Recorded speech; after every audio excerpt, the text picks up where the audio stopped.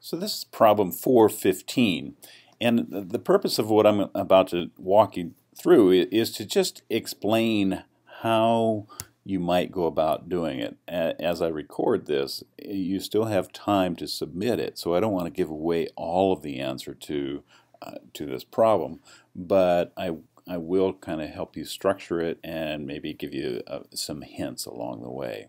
So what we have is Brady Products that manufactures the silicone paste wax, and it does it in 3 processing departments: cracking, blending, and packing. And all of the raw materials are introduced at the start of the cracking department. And we see a T account in terms of the cost of the material that's included in the work in process.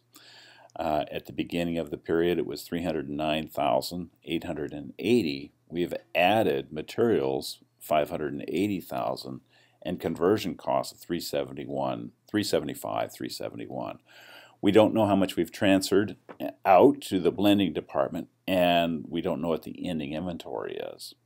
We know that the beginning work in process consisted of 127,000 pounds, and that included 181,610 in materials cost and 128,270 in conversion costs, and the total of those two is going to be the 309,880.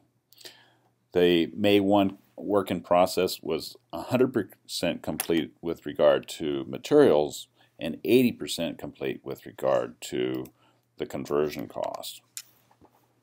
During May, we started at 352,000 pounds, and at the end of the period, May 31st, we had inventory of 111,000 pounds that were 100% complete with regard to the materials and 70% complete with regard to conversion.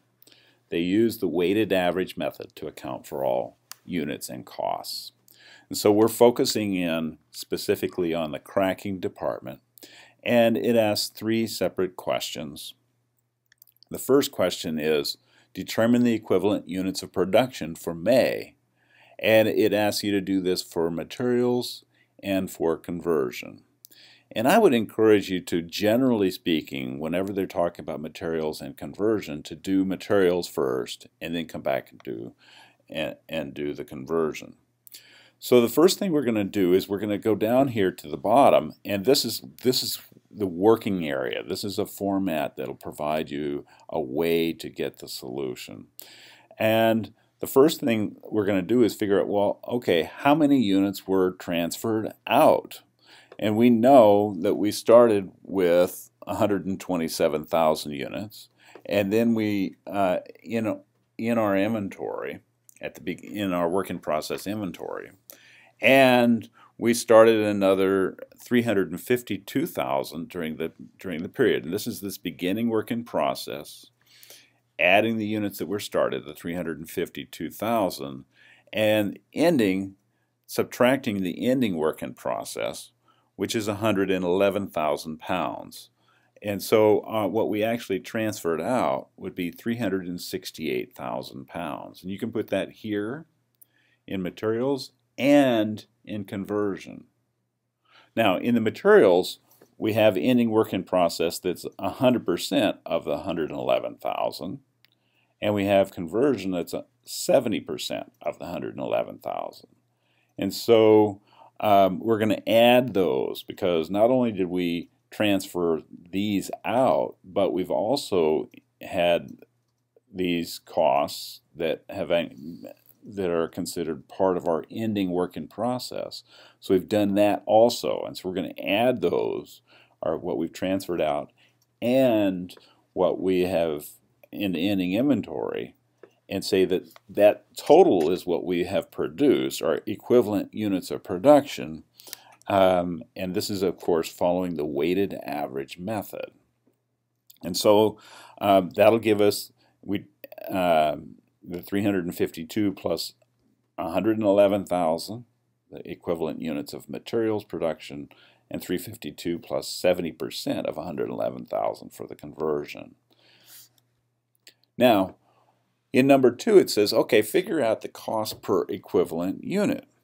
So now that we know the equivalent units of production was 479,000, what we need to do is figure out, okay, what was the beginning work in process for materials and the costs that were added in materials. And this is all given to you. For example, the beginning work in process for material was 580,000.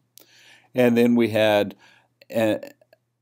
I'm sorry, that was how much we added in May. The beginning was 181,610 plus the 580,000 gives us the total cost, and then we subtract what you just figured on in number 1 for equivalent units of production. We divide by that number of units of production to get the cost per equivalent unit. Similarly, we do the same thing for conversion. So we know that the cost of the beginning work in process for conversion was 128,270. That's given in the problem. And then we have 375,371 of it cost added. And then we divide by the number of units that we have, the equivalent number of units, to get the cost per equivalent unit. And so that's how we're going to figure number 2. Number 3, it says determine the cost of the units completed and transferred to the blending department. And here we're simply taking the number of units that had been transferred out times the cost per equivalent unit that we did in number 2, and we do it both for materials and for conversion, because each of those has a separate cost, and that'll give us the total cost of units completed and transferred out. So we multiply it by that cost per unit.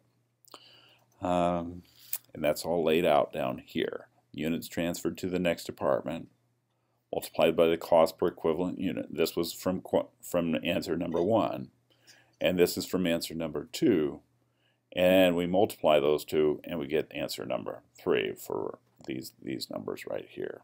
And of course we add across to get the total. So I hope this helps you get started or work through this problem, which is problem 415.